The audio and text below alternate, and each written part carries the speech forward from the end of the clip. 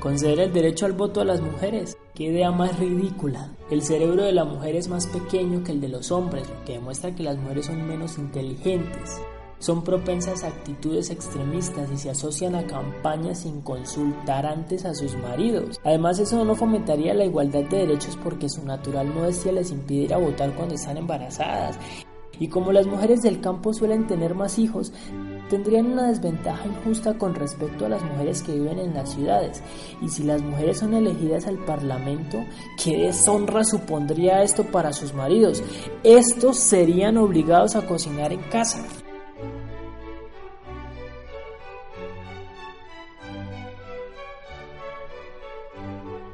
Bueno, ¿qué les parece estas declaraciones de un político suizo en 1971 antes de aprobarse el primer voto a la mujer? Suiza, que es uno de los países que alardea de mayores libertades y democracia, aprobó el voto a la mujer hasta 1971. Históricamente, muchos colectivos han sido excluidos del derecho al voto por muchas razones, y las mujeres están entre estas. El derecho al voto o el sufragio no es más que el derecho político y constitucional a votar a los cargos públicos. En un sentido amplio, el sufragio abarca el activo y el pasivo. El activo es el que determina quiénes tienen derecho al voto y el pasivo es el que se refiere a quiénes y en qué condiciones tienen derechos a ser elegidos. El 6 de febrero del 2018, el Reino Unido conmemora los 100 años desde que las mujeres británicas conquistaron el derecho al voto, tras una larga campaña de desobediencia en las que las sufragistas protagonizaron huelgas de hambre, provocaron incendios y se encadenaron frente al Palacio de Buckingham. Aunque no fueron las primeras mujeres en ejercer el derecho al voto, el primer derecho al voto de la mujer en la historia fue accidental. Tristemente hay que decirlo.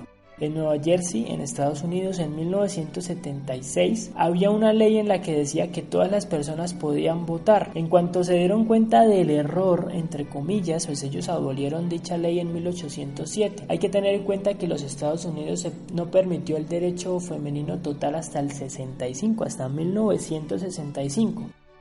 En Estados Unidos se permitió el derecho al voto desde 1920, pero esto solamente era para mujeres de piel blanca. El primer país del mundo que autorizó el sufragio femenino en igualdad de derechos que los hombres fue Nueva Zelanda, que lo hizo en 1893 y le siguió a Australia en 1902. En España, el sufragio femenino en igualdad de condiciones que los hombres llegó con la Segunda República. Esto fue en 1931, el 1 de octubre para ser precisos, pero en 1924 se autorizó un voto femenino con restricciones, en el que solamente podían votar mujeres mayores de 23 años que estuvieran emancipadas y quedaban excluidas las mujeres que estaban casadas y las prostitutas. El primer país en América Latina en aprobar en su constitución de 1918 el voto a la mujer fue Uruguay, aunque se ejerció el voto por primera vez en un plebiscito el 3 de julio de 1927. Algo a resaltar es Colombia. En Vélez, Santander, hubo una constitución que se aprobó en 1853. Este dio derecho al sufragio femenino, pero esta constitución fue reformada 2 años más tarde, en el 55. El último país que se tiene constancia en aprobar el derecho al voto femenino fue Kuwait en el 2005. Actualmente existen algunos países entre Asia y en África que aún no permiten el derecho al voto de la mujer. Por ejemplo, en Emiratos Árabes el sufragio es limitado, tanto para hombres como para mujeres, a quienes apenas en el 2006 se les permite votar.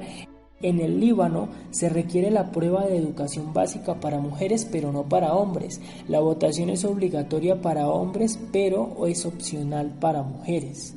En Brunei, las mujeres y hombres han sido negados del derecho al voto y de llevar a cabo una elección desde 1962.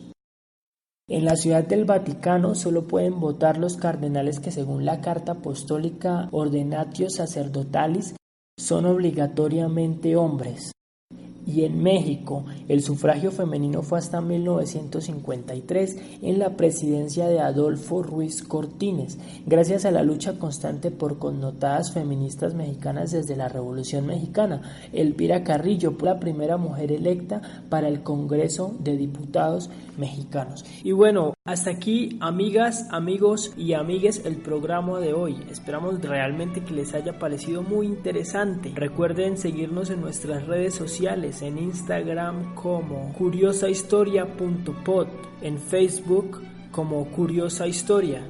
Espero estén muy pendientes de nuestro próximo contenido para que juntos hagamos historias.